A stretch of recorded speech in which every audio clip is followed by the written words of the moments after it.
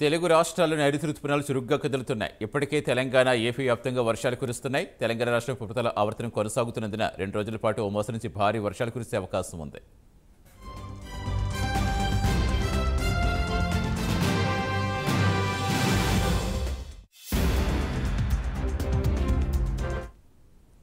రుతుపవనాలు వేగంగా విస్తరించడం, ఉపరితల ఆవర్తనం కారణంగా తెలంగాణ ప్రభుత్వం పలు జిల్లాలకు ఎల్లో అలర్ట్ ప్రకటించింది.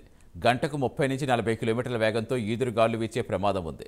ఉరుములు, మెరుపులతో పాటు పిడుగులు పడే అవకాశం ఉన్నందున ప్రజలు అప్రమత్తంగా ఉండాలని వాతావరణ శాఖ హెచ్చరించింది.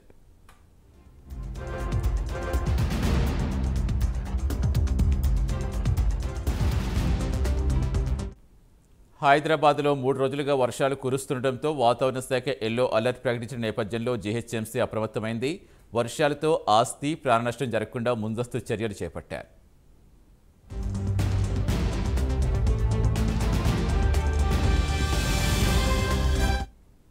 అటు ఏపీలో కొన్ని చోట్ల వర్షాలు కురుస్తున్నాయి. రుతుపవనాల ప్రభావంతో రాయలసీమలో వర్షాలు కురుస్తున్నాయి. వర్షాల కారణంగా 2 రాష్ట్రాల్లో ఉష్ణోగ్రతలు పడిపోయాయి.